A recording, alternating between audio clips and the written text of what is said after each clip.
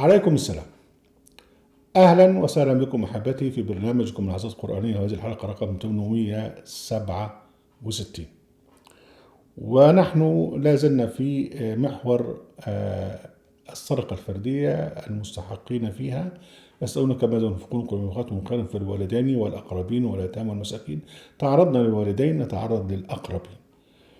وأول قضية هنا احنا هنتعرض لمحكاة الأقارب في كم حلقة. أول قضية هنا، هل الأقربين بقى اللي هم ذوي القربى، اللي هم جماعة شيء يقول لك قل أسألكم في قوله سبحانه وتعالى قل أسألكم من أجر إلى المودة في القربى، يعني أقارب النبي يعني علي وبنيه واللي بيسموهم الأشراف. احنا كنا طبعا تحدثنا عن أن كلمة الأشراف ديت ليست كلمة قرآنية وليست تشريعا إسلامي، لأنها تعني تميز طائفة معينة تزعم النسب إلى علي بن أبي طالب وبنيه، وإذا هم بقى حاجة يعني شخصية كده مميزة عن الناس سادة. يعني الكلام ده كله كلام هاجس، HGS هاجس. آه لو كان بقى المقصود يعني قل لا أسألكم عليه أجرا إلا المودة في القربى، إذا كان المقصود بقى قرب النبي، يبقى لابد كان يأتي استثناء.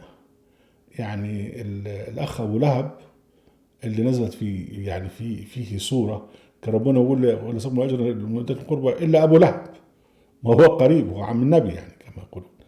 لكن ده على الاطلاق لم يحدث. اذا بقى الموضوع هنا مش قرب النبي. ولو كان بقى ان ذوي القربى او اولو القربى او المودة في القربى هو يعني اقارب النبي، كان هينزل بقى تشريع يوضح مين هم دول بالظبط ذوي القربى، مين فلان ابن فلان فلان، والكلام ده كله كان هنعوز بقى ايه تسجيلات وتشريعات، وده ياخد كذا وده ياخد كذا.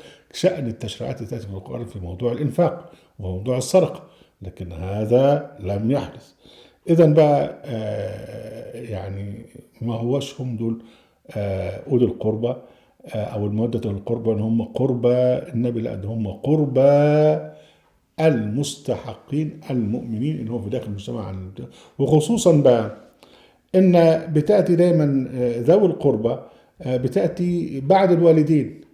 يعني هنا هي يعني القرابه بتاعتك بتاتيك منين؟ اقارب من ناحيه الاب واقارب من ناحيه الام. اذا هنا بقى الموضوع يعني الى الموده في القربى اللي هم اقاربكم انتم. ويعني الاكثر من كده ان النبي عليه السلام وكل الانبياء لا يسالون اجرا. قل لا اسالكم عليه اجرا الى الموده في القربى. اذا بقى الموده في القربى قرباكم انتم، مش قربايا انا، ولا كان كده بيطلب اجر. كل الانبياء كانوا بيقولوا قل لا اسالكم عليه اجرا، وخاتم النبيين قال كثيرا قل لا اسالكم عليه اجرا. وبل حتى يعني الذين يدعون الى الحق، يعني ونرجو ان نكون منهم، لا يسالون الناس اجرا. يعني هم بيتطوعوا ويريدوا أن يتعاون معهم الناس في موضوع الإنفاق في سبيل الله، جهادا في سبيله، وهو أحيانا قد يدفع من جيبه. وربنا يقول يعني اتبعوا من لا يسألكم أجرا وهم مهتدون. لأن الذي يسأل أجرا تبرع يا أخي لبناء كذا، تبرع يا أخي لبناء كذا، ده بقى الكهنوت الذين يعني يشترون بآيات الله ثمنا قليلا. الذي يدعو إلى الحق لا يسأل الناس أجرا. اتبعوا ولا يسألكم أجرا وهم مهتدون، يعني هو يطبق ما يقول، يعني لا ينهى عن الفحشاء والمنكر ويأتي الفحشاء والمنكر، يعني لا يأمر الناس بالبر وينسى نفسه. ربنا سبحانه وتعالى كرر في تأنيب المشركين أن النبي عليه السلام يعني لم يطلب منهم أجرا بأي كيفية. قال أن تسألهم أجرا فهم من مغرم مثقلون. هل أنت يعني سألت منهم فلوس وبقى هم بقى يعني بقت عليهم غرامة كبيرة ثقيلة عليهم؟ قال دي الآية 40 من سورة الطور، قال سبحانه وتعالى أم تسألهم أجرا فهم من مغرم مثقلون. تكررت نفس الآية في سورة القلم الآية 46، وفي سورة المؤمنون الآية 72 أم تسألهم خرجا فخراج ربك خير وهو خير الرازقين. إذا الأجر هو لهم وليس للنبي، وحين يهتدون فينالون الأجر. ربنا سبحانه وتعالى قل أمر النبي محمد عليه السلام قل ما أسألكم من أجر إلا من شاء أن يتخذ إلى ربه سبيلا. إذا شئت أن تتخذ إلى ربك سبيلا أنت الذي ستأخذ الأجر. ومن ضمن هذا الأجر بقى أن أنت أن تود أقاربك، اللي هو قل ما سألتكم من أجر فهو لكم إن أجري إلا على الله وعلى كل شيء شهيد. يعني الأجر إن أنا الأجر بتاعي ليكم أنتم وعلى كل شيء شهيد. إذا نفس التعبير جاء في السورة قل ليس لكم أجرا إلا المودة في القربى. فالمودة في القربى اللي هو معناها الأجر لكم أنتم أن تود قرباك.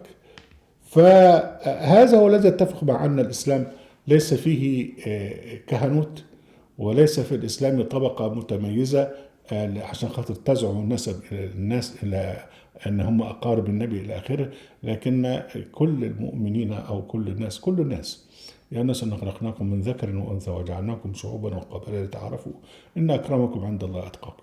مش إن أكرمكم بقى الأشراف اللي هم جايين من الناس النبي على حسب ما يزعمون، لا، ده إن أكرمكم عند الله أتقاكم. وسيكون هذا يوم القيامة حين يوم الحساب وحين يدخل الجنة المتقون، تلك الجنة التي نورث من عبادنا من كان تقيا. فالتقوى ستظهر يوم القيامة وسيعرف من هو التقي ومن هو الفاجر الكذاب. أهلا وسهلا بكم أحبتي وبرنامجكم الأحصاء القرآنية وفي قناة أهل القرآن وفي موقع أهل القرآن. لا تنسوا المشاركة بشير ولايك، وعليكم السلام.